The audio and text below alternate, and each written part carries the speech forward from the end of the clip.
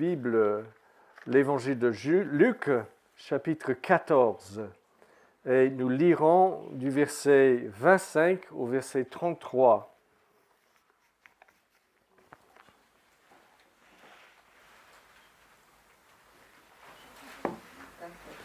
Luc, chapitre 14.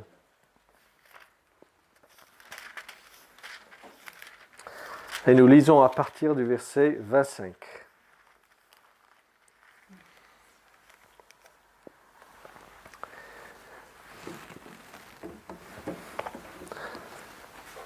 De grandes foules, Luc nous dit, faisaient route avec Jésus. On peut l'imaginer, n'est-ce pas? Il se retourna et leur dit, « Si quelqu'un vient à moi, et s'il ne hait pas son père, s'il ne hait pas son père, sa mère, sa femme, ses enfants, ses frères et ses sœurs, et même sa propre vie, il ne peut être mon disciple. Et quiconque ne porte pas sa croix, instrument d'exécution, et ne me suit pas, ne peut être mon disciple. » Ce serait inapproprié, ce ne serait pas juste qu'il soit mon disciple sans correspondre à ces termes. Car lequel d'entre vous, s'il veut bâtir une tour, ne s'assied pas d'abord pour calculer la dépense? Et voici là de quoi la terminer, de peur qu'après avoir posé les fondations, il ne soit pas capable d'achever et que tous ceux qui le verront ne se moquent et ne disent « Cet homme a commencé à bâtir et n'a pas été capable d'achever. » Ou quel roi, s'il part pour s'engager dans une guerre contre un autre roi, ne s'assied pas d'abord pour examiner s'il a le pouvoir avec 10 000 hommes de marcher à la rencontre de celui qui vient contre lui avec 20 000. Tandis que l'autre est encore loin, il lui envoie une ambassade pour demander les conditions de paix.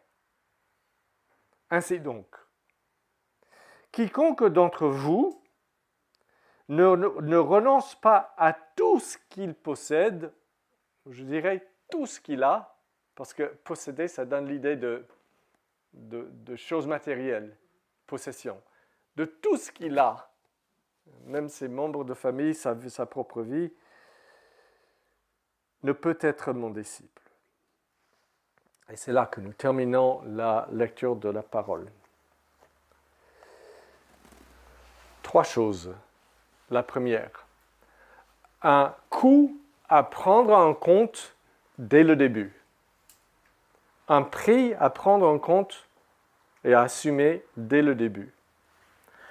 Quand je vivais en Côte d'Ivoire, au début, on allait dans la voiture et je regardais autour de moi dans les voisinages et assez souvent, on passait à côté d'une construction inachevée, une maison en partie.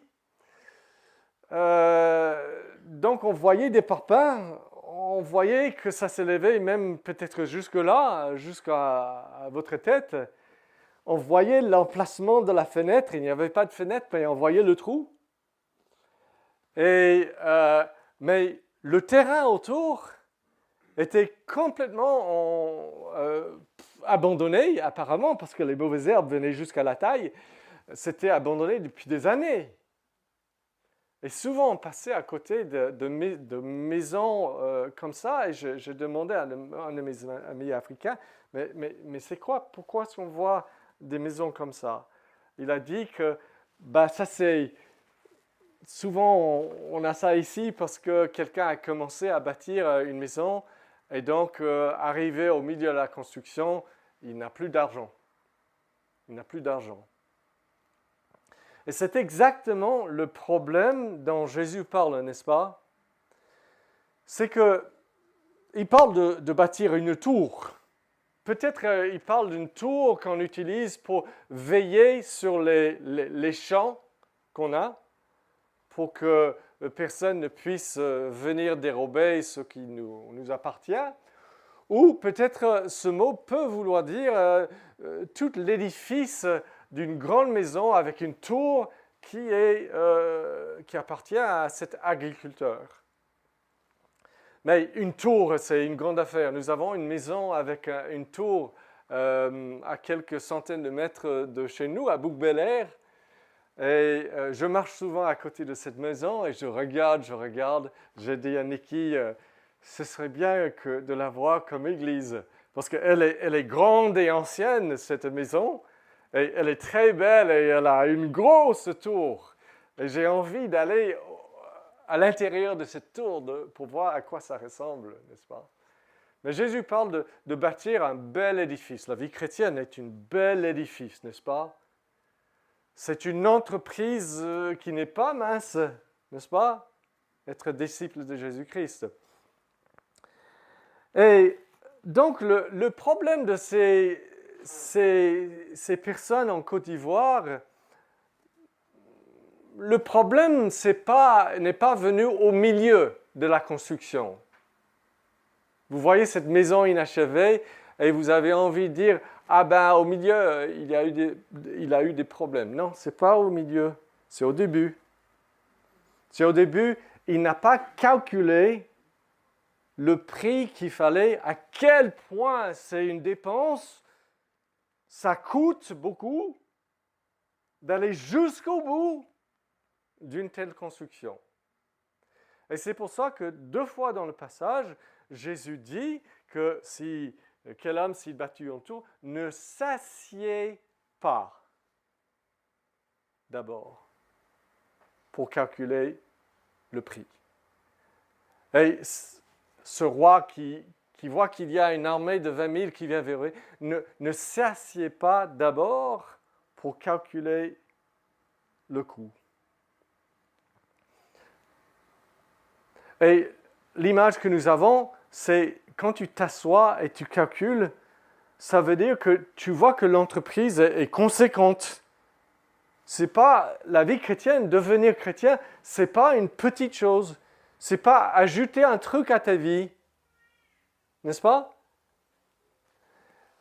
Et Jésus veut nous dire que ça demande une réflexion sérieuse qui t'amène à comprendre bien, à calculer bien, à comprendre bien de quoi il s'agit devenir disciple du Seigneur Jésus-Christ, le Fils de Dieu. Jésus donne donc 2 images dont voilà la première, cette tour, le produit fini et belle, n'est-ce pas, cette tour.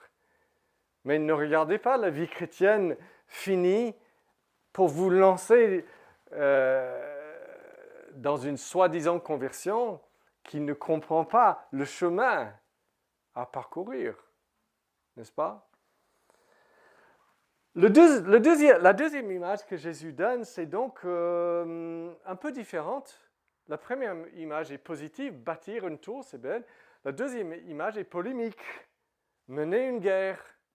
Et cette fois, ce n'est pas vous qui décidez comme de bâtir une tour. Il y a une armée qui arrive avec 20 000. Et vous n'avez pas de choix, vous devez prendre une décision et la conversion est comme ça.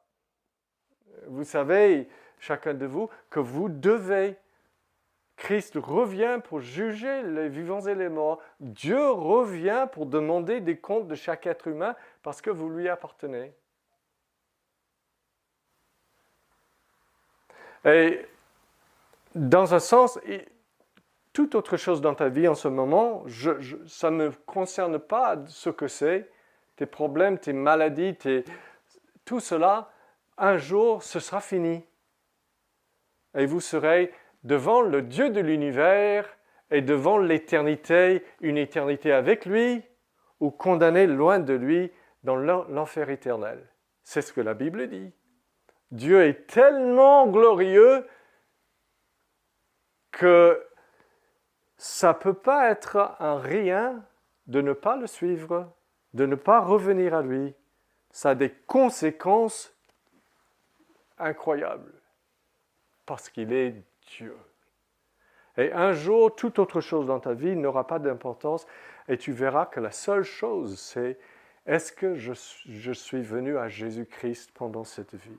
Donc Jésus commence le passage en disant, si quelqu'un vient à moi. Et donc dans cette deuxième image, il n'y a pas de neutralité possible. Et pour vous, il n'y a pas de neutralité possible, sachons-le. Quand je vous parle comme ça, ce n'est pas pour vous condamner, ce n'est pas pour vous... oui, ça va vous faire vous rendre mal à l'aise si vous n'êtes pas chrétien, forcément. Forcément, mais ça c'est Dieu qui vous aime, qui vous trouble. Personne ne vient au Seigneur Jésus-Christ sans être troublé par un prédicateur ou un autre chrétien, ou un chrétien, n'est-ce pas? Bon, ça nous trouble. J'ai été troublé. N'est-ce pas? Blaise Pascal a dit que personne ne vient à Christ sans gémir. D'accord? Donc comprenez-moi, je veux vous aider parce que le Seigneur, ce jour-là, devant les foules, il leur parle dans ce sens. C'est lui qui dit qu'il n'y a pas de neutralité. N'est-ce pas? Et pourquoi est-ce qu'il fait ça? Il est devant la foule et il dit, il faut que vous veniez à moi d'une manière réelle. Et je vais vous expliquer pour que vous ne vous trompiez pas. Nous avons chanté, voici je suis sur une mauvaise voie et conduis-moi sur la voie de vérité. À un moment donné, on ne veut pas entendre ça. N'est-ce pas? Mais puis Dieu travaille et on commence à vouloir honnêtement, peut-être pour la première fois, être honnête et dire « Ok Dieu, voici je suis sur une mauvaise voie et conduis-moi sur la voie de vérité. » Et tout commence à basculer. Donc Jésus nous montre dans cette deuxième image que la vie chrétienne, c'est le début d'un conflit. C'est une guerre là. Et avant de débuter une guerre, il faut savoir si tu es prêt à faire ça.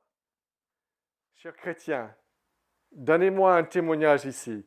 Est-ce que la vie chrétienne n'a pas été un conflit, parfois très rude? Vous vous êtes engagé dans une voie où maintenant le diable, le péché, le monde sont tous les trois contre vous. C'était facile de vivre en tant que non-chrétien. C'était comme un poisson qui nage avec le courant. Tu vas avec le courant. Et vous viviez avec le courant du monde. Et c'était facile. Maintenant, tu te repens et tu nages contre le courant. Tu es contre le diable, le péché et le monde. Ah oui. Je pense à ce jeune homme. Donc, il a été touché par l'Évangile. Et il s'est repenti apparemment. Et on a vu un grand changement dans sa vie, vraiment un grand changement total. Et l'église où j'étais pasteur, les anciens ont dit, il a professé la foi, il a professé la conversion, il faut que nous le baptisions. Il est changé, ce jeune homme. Et donc, on a décidé de le baptiser 2 mois après. Et ses amis lui ont dit, parce qu'il était ado, ses amis lui ont dit, parce qu'il n'avait aucun ami chrétien, ça ne va pas tenir ça. Et il a répondu par SMS, vous verrez. Sauf que 6 mois plus tard, il ne professait plus la foi en Christ. C'était une maison inachevée. Il a commencé une vie chrétienne, ce qui semblait être une vie chrétienne, mais ça n'a jamais abouti vraiment à une vie chrétienne. Le problème n'était pas au milieu. Le problème n'était pas qu'il était vraiment devenu disciple de Jésus et il a arrêté d'être disciple de Jésus. Non, le problème c'est qu'au début, il n'a pas calculé ce que c'est que d'être disciple de Jésus et il s'est embarqué dans une chose qui n'était pas la vraie. Vous voyez? Et voilà une personne qui a il y a plus de 15 ans maintenant. Je prie que je connais beaucoup de cas comme ça et j'en ai vu qui, après, se sont vraiment convertis. J'ai une fausse conversion quand j'étais ado parce que je ne comprenais pas exactement ce que je suis en train de vous dire. Pourquoi tant de fausses conversions? Parce que souvent, aujourd'hui, on entend un demi-évangile. Le demi-évangile vous parle de tout ce que Christ a fait pour vous et tout ce qu'il fera pour vous. Accepte ça, c'est un don gratuit, Christ a tout accompli, accepte-le, tu seras pardonné, réconcilié à Dieu, etc. Et tout cela, c'est merveilleux, n'est-ce pas? C'est l'évangile. Une partie de l'évangile. Mais tout l'évangile, c'est que la bonne nouvelle pour vous, c'est que Dieu a envoyé son Fils dans le monde, il l'a vraiment fait. Il a vécu la vie que vous auriez dû vivre pour rendre à Dieu ce que vous n'avez pas rendu. Il a subi la mort que vous auriez dû subir pour que vous soyez épargnés de cette punition. Il est ressuscité, il a triomphé glorieusement sur le péché, la culpabilité, tout péché. Il est l'agneau qui ôte le péché du monde. Il est ressuscité, il est assis à la droite de Dieu, l'homme Dieu qui vous représente. Et maintenant, il vous appelle, il vient vers vous avec cette bonne nouvelle. Je suis le triomphateur. Je suis le maître, le Seigneur sur la mort, sur le péché que vous avez commis, sur la culpabilité qui vous appartient. J'en suis Seigneur. J'ai tout vaincu. Maintenant, laisse-moi vous donner tout, car je suis le Seigneur qui donne tout, et je suis le Seigneur qui prend tout. Donc vous serez à moi et non plus à vous-même. Revenez au passage, regardez avec moi ce coût, ce prix dont Jésus parle. Il dit dans les versets 26 et 27, « Si quelqu'un vient à moi et s'il ne hait pas son père, sa mère, sa femme, ses enfants, ses frères et ses sœurs, et même sa propre vie, il ne peut être mon disciple. » Le coût, c'est quoi?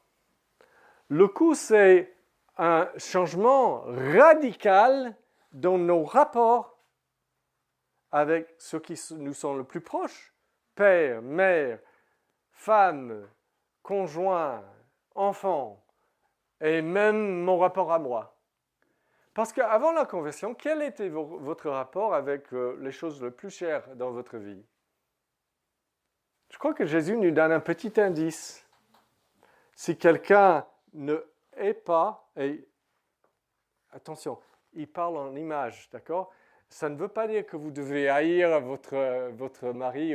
Ça veut dire que c'est une manière hébraïque de dire que tu te convertis et maintenant, ton attachement à ton Dieu, il est ton Dieu.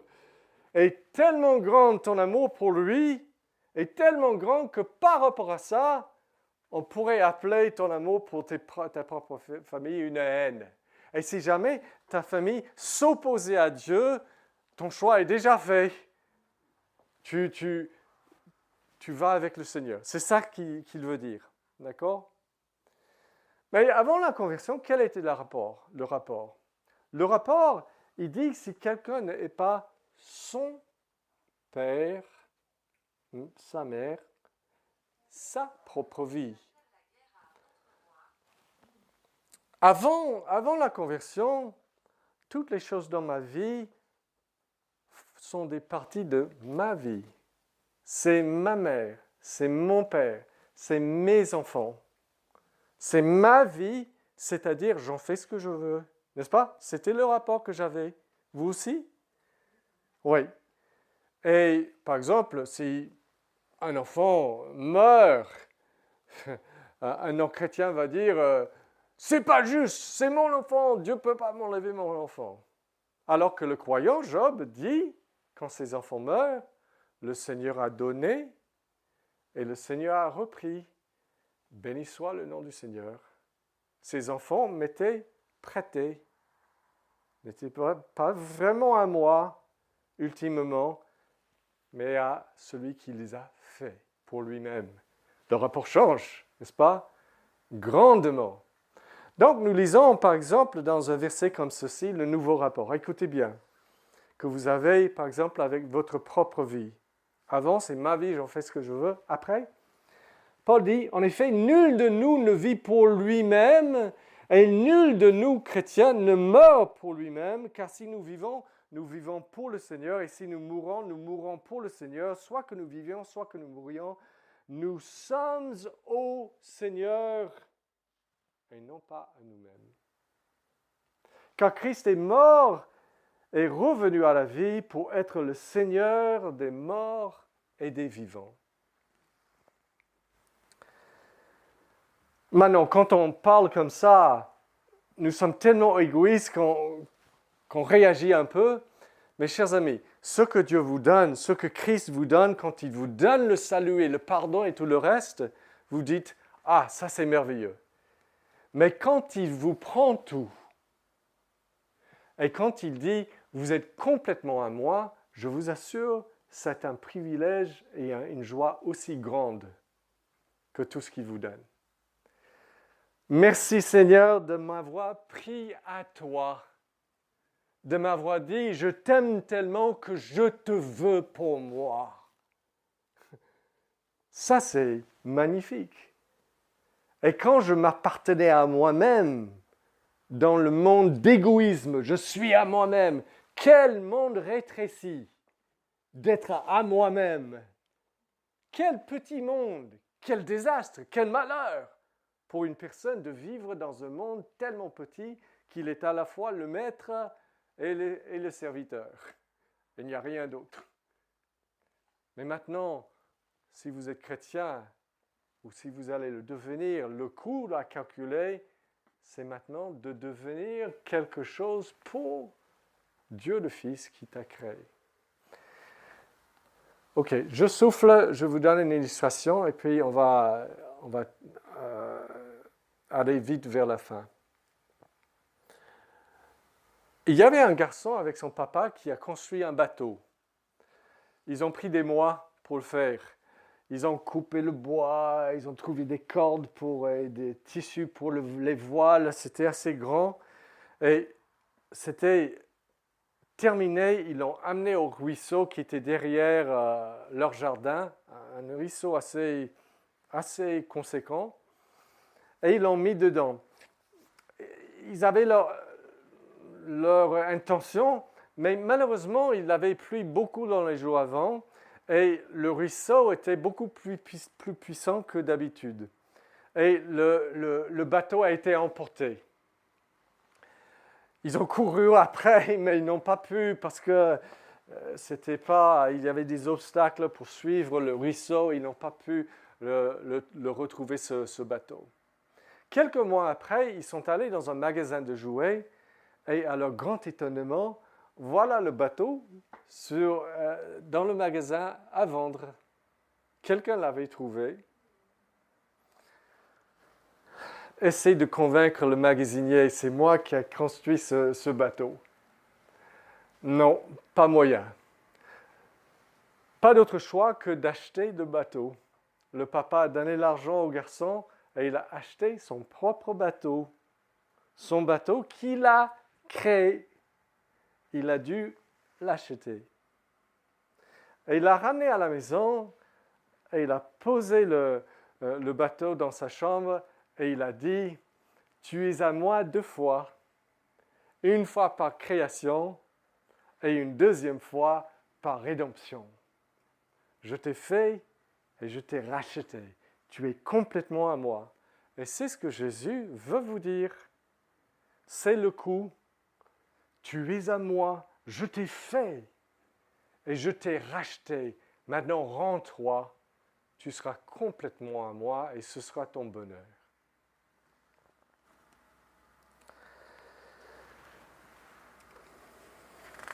Parfois, nous entendons des gens qui disent « J'ai invité Jésus dans ma vie ». Et on a beaucoup de fausses conversions par un évangile qui utilise un tel langage. J'ai invité Jésus dans ma vie. Voilà ma vie. Et Jésus, j'ai dit, Jésus, tu viens dedans, tu es là. Ma vie est plus grande que toi, mais je te donne une petite place dans ma vie. Non, non, non, non, non. Jésus vient vers toi et il dit, tu viens dans mon royaume, tu viens dans mon corps, tu vas être un bras ou un pied dans mon corps, le corps de Christ, et je ferai avec toi ce que je veux, parce que je suis Seigneur. Mais une chose est sûre, c'est que je vais t'aimer, t'aimer, t'aimer en tant que mon enfant. Donc ça, c'est le coup à évaluer dès le départ. Et simplement dit, c'est le coup d'appartenir à Christ et de suivre Christ où il veut que tu ailles. Maintenant, ça nous amène à un point rapide. Et vous allez me dire, mais ok, ça c'est le début, je pense que c'était comme ça pour moi, mais maintenant. Maintenant, le deuxième point, c'est le coup de la vie chrétienne est un coup souverainement orchestré tout au long de ta vie chrétienne. C'est-à-dire que l'autre problème, c'est que c'est pas ennuyeux pour moi de penser à l'idée de souffrir et de sacrifier pour Christ si je peux décider quand, comment et combien. Moi, j'ai dit, je suis prêt à devenir martyr. Je suis prêt à mourir pour Christ. Aucun problème. Si je peux décider quand et comment. Excuse-moi, ma femme. Mais le coût de la vie chrétienne, écoutez-moi, c'est très important et je ne vais pas m'attarder là-dessus. Le coût de la vie chrétienne, ce n'est pas toi qui décides où ça va, où le bas va blesser, où tu auras une souffrance ou un sacrifice. C'est le Seigneur qui décide. Paul a dit que en Philippiens 1, il était en prison et il savait qu'il pouvait mourir. Et il a dit, mon attente, mon espérance, c'est que maintenant, comme toujours, Christ soit exalté dans mon corps, que ce soit par la vie, que ce soit par la mort. Il a compris, ce n'est pas moi qui décide. Je suis à lui, je ne suis pas à moi-même. Et donc, je vous donne quelques exemples. Parfois, il y a un chrétien qui a bien calculé le coût au début, s'est vraiment converti, mais quelque part dans la vie chrétienne, a commencé à oublier ça, à oublier que c'est le Seigneur qui est Seigneur et qui orchestre le coup. Donc voilà cette personne qui dit, je suis tellement content d'être chrétien, mais je vis dans la frustration continuelle parce que je suis célibataire et je peux souffrir beaucoup de choses, mais pas ça. C'est tellement difficile. Et non, Seigneur, pas ça. Vous voyez? Si nous pouvions décider où je vais souffrir, mais non, ce n'est pas nous, c'est le Seigneur. Il y a une autre personne qui est malade à long terme et qui dit, Seigneur, j'aimerais bien souffrir, sacrifier pour toi de cette manière, de cette manière-là, mais pas cette maladie qui est tellement difficile, qui m'empêche de faire tellement de choses, qui qui colle à ma peau. Et le Seigneur dit, tu as calculé le coût au début. Et le coût au début, c'était que c'est moi qui décide où tu es dans la bataille, où tu es dans le champ de bataille. J'aimerais bien lutter dans une guerre, mais je veux être là-bas parce qu'il y a trop de missiles qui tombent par ici. Non, non, non, non, non, c'est pas comme ça. C'est le Seigneur qui décide. Ah, je veux bien te suivre, Seigneur, mais l'exclusion que je vis par ma famille, ou mon conjoint non converti, ou mes enfants non convertis, pas ça. Et nous avons oublié le départ, n'est-ce pas? Nous avons calculé le coût. Et maintenant, nous ne permettons pas au Seigneur d'orchestrer le coût. Mais ici, le Seigneur, c'est lui qui orchestre. Calvin était un homme fragile physiquement, studieux, chétif. Et il est venu à Genève pour passer à Strasbourg. Il était un jeune homme, il n'avait pas encore 30 ans. Et Farel, le grand réformateur plus âgé, l'âge de son père, du père de Calvin, l'attrape. Il apprend qu'il passe par là, il va. Et il dit, mais il faut que tu restes à Genève. Tu as un don d'enseignement. Il faut savoir que Genève était le Chicago, le Marseille de la Suisse à l'époque. C'était une ville rebelle, chaotique, violente. Vraiment. Et Calvin dit, non, non, non, moi je veux aider la réforme protestante, mais en écrivant, je veux aller étudier tranquillement à Strasbourg. Et Farel le somme. Il dit, qu'est-ce que tu es en train de faire? J'en meurs ici. J'en meurs par les persécutions et les difficultés du travail. On a besoin de toi. Et puis, il le menace de malédiction. Il dit que Dieu te maudisse, toi et tes études à Strasbourg, si tu t'en vas là-bas et si tu ne te sacrifies pas comme nous pour servir la cause de l'Évangile. Donc, Calvin, il reste. Il reste pendant 20 mois. Et c'est une épreuve rude et difficile. Et les autorités de la ville de Genève l'expulsent, lui obligent de partir après 20 mois à cause de sa fidélité à la parole de Dieu. Il est très content. Il va à Strasbourg, il étudie.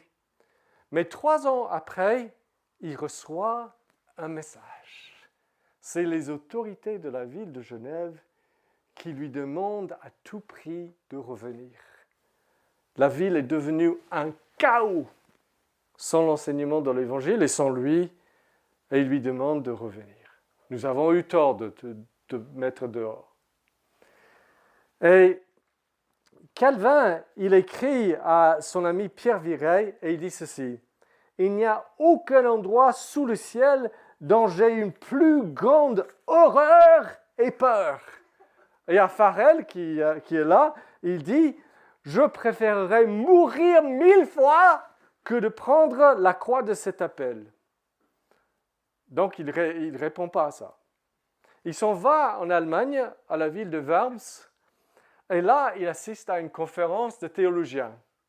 Et pendant qu'il est là dans la conférence, des messagers arrivent de la ville de Genève, de la part des autorités de la ville, avec un message. Il est au milieu de la réunion et on lui passe un bout de papier. Il le lit et il est tellement traumatisé qu'il doit sortir de la réunion 2 fois pour pleurer abondamment. Un homme adulte, il en pleure. Mais il est retourné à Genève et il a passé 23 ans.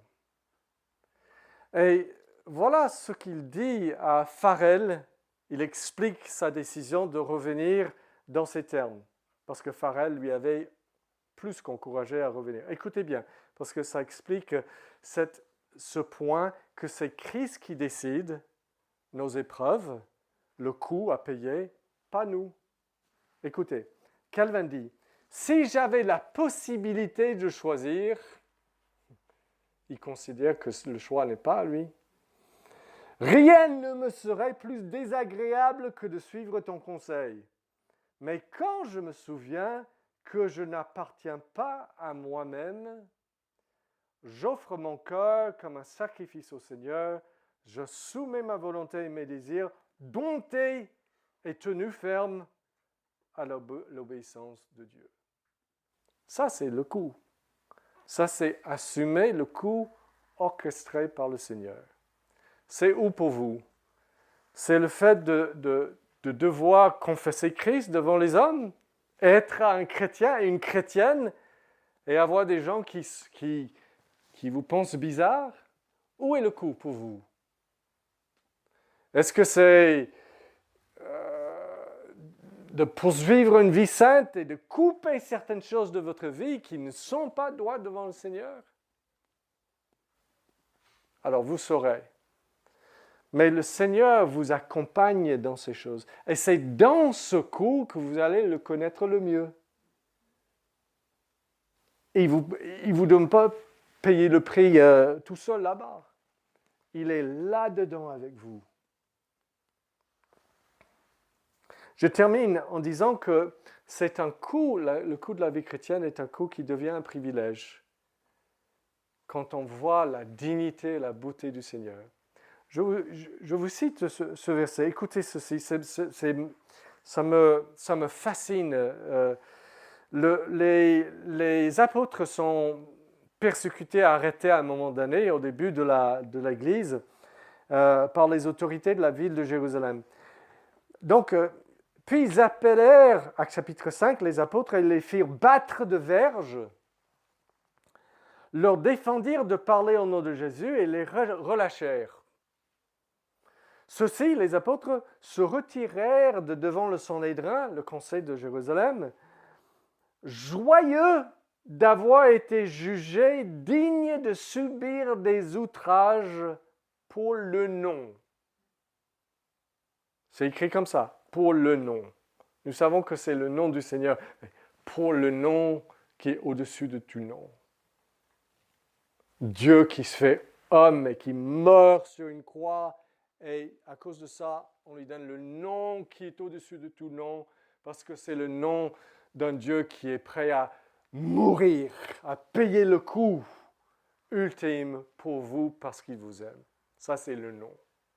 Et quand nous voyons cette beauté de Christ, ça change les souffrances en privilèges. Moi, je trouve ça incroyable. Tu viens d'être baptisé de verge, tu as mal, tu saignes, tu sors et tu es joyeux. Oh, merci Seigneur, quel privilège! Qu'est-ce qui change des trucs comme ça en privilège? Seulement la dignité infinie de celui pour qui tu as pu faire une chose comme ça, n'est-ce pas? Les premiers missionnaires allaient en Birmanie dans le 19e siècle. La Birmanie n'avait jamais entendu l'Évangile, personne n'avait jamais entendu, était le couple Judson. Le mari s'appelle Adoniram, c'est un nom difficile, et la femme, Anne. Alors, à un moment donné, une guerre éclate entre les Britanniques et les Birmans, et Adoniram Judson, quand on le prend pour un Britannique, il n'en est pas, hein, il est américain, mais il est arrêté, torturé, et donc Anne se donne à corps entier pour le sauver. Donc elle suit le cortège où il est traîné, ses pieds sont ensanglantés, d'avoir traîné des centaines de kilomètres à pieds nus exprès pour le torturer et d'autres façons.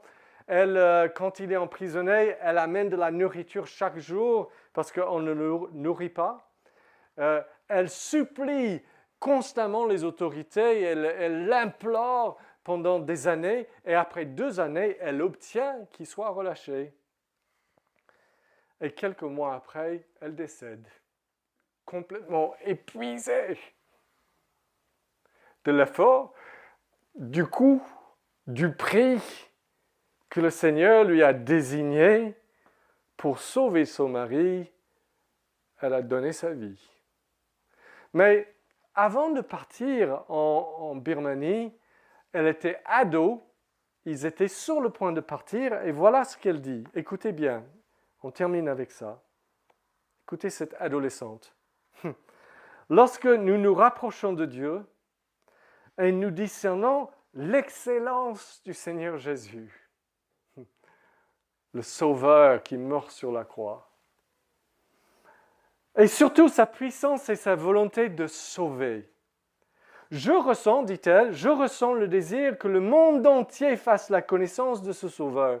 Je suis non seulement disposé à passer mes jours parmi les païens, en essayant de les éclairer et les sauver, mais cette perspective me procure un grand plaisir. Oui, je suis tout à fait disposé à renoncer au confort temporel et à mener une vie de privation et d'épreuve si telle est la volonté du Seigneur. Mais tout le secret, c'est quand nous nous approchons de Dieu et que nous voyons l'excellence de Jésus-Christ. Nous sommes prêts. Nous calculons le coût, nous le voyons. Et la vie chrétienne n'est pas que des souffrances, ne me comprenez pas mal. Mais quelque coup qu'il est, nous disons, ce sera un privilège pour moi. Tant tu es glorieux et tant tu as fait pour moi. Que le Seigneur nous aide à être comme David qui dit « Je ne donnerai pas à l'Éternel un sacrifice qui ne m'a coûté rien. » Je ne veux pas donner une vie chrétienne à Jésus-Christ qui ne m'a rien coûté. Que le Seigneur nous aide à calculer le coût au début et à accepter joyeusement le coût. Et à ne pas dire « Seigneur, tu peux être mon Seigneur, mais seulement en me donnant des bonnes choses. » Que nous puissions élever dans cette noblesse chrétienne. Nous allons chanter « À mon Dieu, je m'abandonne ».